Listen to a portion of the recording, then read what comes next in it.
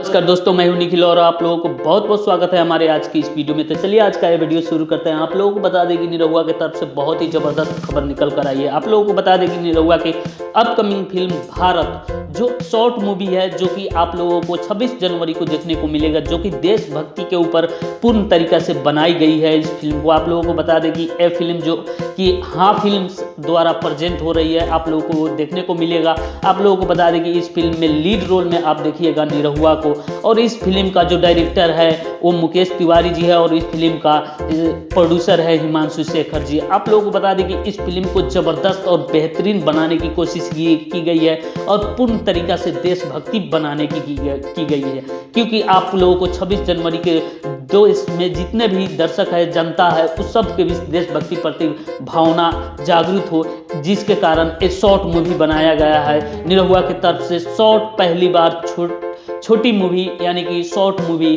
बनाई गई है। तो चलते चलते वीडियो को कर दीजिए लाइक, और चैनल पे पहली बार आए हैं तो चैनल को कर दीजिए सब्सक्राइब। जय हिंद, वंदे मातरम।